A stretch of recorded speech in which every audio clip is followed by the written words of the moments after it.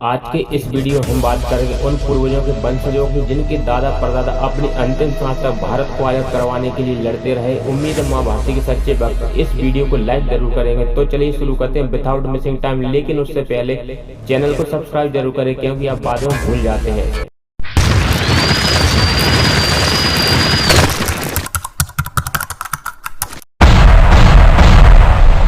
Number 1, Rao Tularam के वंशज। हरियाणा के राज गायक राव बहादुरपुर राव तुलाराम अहिरवार की यदुवंशी राजा थे। उनका राज्य रेवाड़ी, पंजाब और हरियाणा में फैला हुआ था। भारत में 1857 क्रांति के समय इन्होंने अपने राज्य से अंग्रेजी राज को समाप्त कर दिया था। अपने जीवन में अंत तक अंग्रेजों से लड़ाई लड़ते रहे। अंग्रेजों को भारत से खदेड़ने के लिए राव साहब रूस में सहायता लेने के लिए निकल गए थे। रास्ते में ही काबुल में वीरगति को प्राप्त हुए। आज राव साहब के वंशज रामपुरा रेवाड़ी में रहते हैं, जिनमें राव इंद्रजीत सिंह और उनके 2 भाई राम तुलाराम के वंशज हैं। राव इंद्रजीत सिंह केंद्र की मोदी सरकार के मंत्री हैं और जबरदस्त निशानेबाज हैं। नंबर 2, भगत सिंह के वंशज। लिख रहा हूं मैं अंजाम जिसका कल आगाज आएगा, मेरे लहू का हर एक कतरा इंकलाब लाएगा। यह शब्द शहीद भगत सिंह के थे। भगत सिंह का जन्म सितंबर सन 1960 में भारत के लालपुर जिले में एक क्रांतिकारी जट परिवार में हुआ था। युवाओं के चहेते शहीद भगत सिंह के वंशजों को भारत के बंटवारे के बाद अपना घर बार जमीन जायदाद छोड़कर पाकिस्तान से भारत आना पड़ा। भगत सिंह के 9 भाई बहनों का एक बड़ा परिवार था जो हरियाणा और पंजाब में बच गए। सरदार भगत सिंह आजीवन कुमारे ही रहे। उन्होंने कभी शादी नहीं की, पर उनके भाइयों के वंश आज भी हरियाणा में ही रहते हैं, जिनमें भगत सिंह के भतीजे सरदार बब्बर सिंह का निधन 2007 में हुआ। आज उनके पुत्र यादवेंद्र सिंह सिंधु हरियाणा में ही रहते हैं और सरदार भगत सिंह के नाम से कई सेवा संस्थान चलाते हैं। सरदार भगत सिंह जी की बहन प्रकाश गौर का निधन 2014 में हुआ। नंबर 3, नेताजी सुभाष चंद्र बोस के वंशज।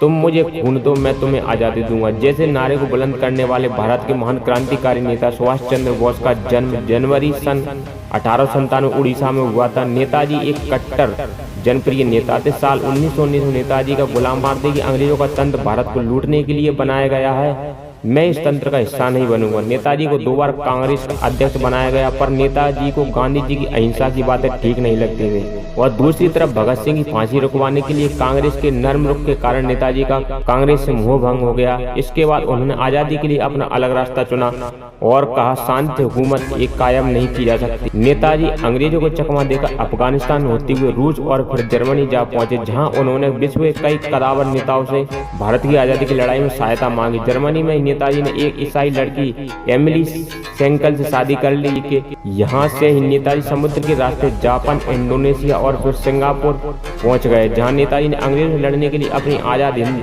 सेना का निर्माण किया और जय हिंद और दिल्ली चलो जैसे नारों की ललकार लगाई।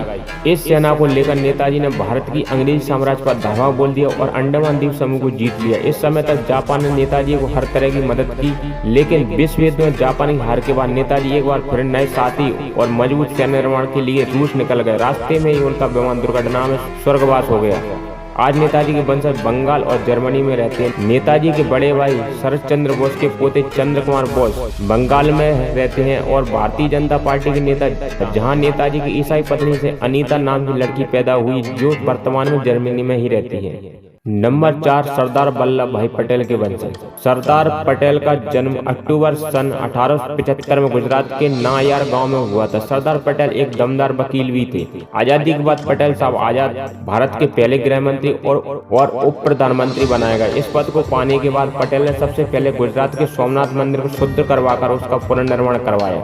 बाद में सरदार पटेल ने भारत की बिखरी हुई रियासतों को एक करके आज के विशाल अखंड भारत का निर्माण किया। सन 1950 में पटेल को दिल का दौरा पड़ने से स्वर्गवास हो गया। सरदार पटेल का एक बेटा टायाबाई और एक बेटी मणिबेन थी। मणिबेन पटेल आजीवन कुमारी रही और भक्ति में जीवन बताया, जबकि टायाबाई पटेल राजनीति से जुड़ गए। समय के साथ उन्होंने राजनीति त्याग कर मुंबई की एक बीमा कंपनी में नौकरी करना शुरू कर दिया। साल 1975 में टायाबाई का निधन हो गया। टायाबाई ने 2 शादियां की, जिससे उनके 2 बेटे हुए, विपिन पटेल और गौतम भाई पटेल। आज सरदार पटेल के पोते गौतम भाई पटेल अपनी पत्नी और बच्चों के साथ अमेरिका में रहते हैं, जबकि विपिन भाई स्वर्गवासी हो चुके हैं। सरदार पटेल जैसे महान नेताओं के वंशजों ने अज्ञात कारणों से राजनीति से दूरी बना ली। नंबर 5, महात्मा गांधी के वंशज। महात्मा गांधी के 4 बेटे थे, उनसे उनको 13 पोते पोतियां हुई जो दुनिया के 6 अलग अलग देशों में रहते हैं, जो इस प्रकार भारत, दक्षिण अफ्रीका, इंग्लैंड, कनाडा, अमेरिका और ऑस्ट्रेलिया,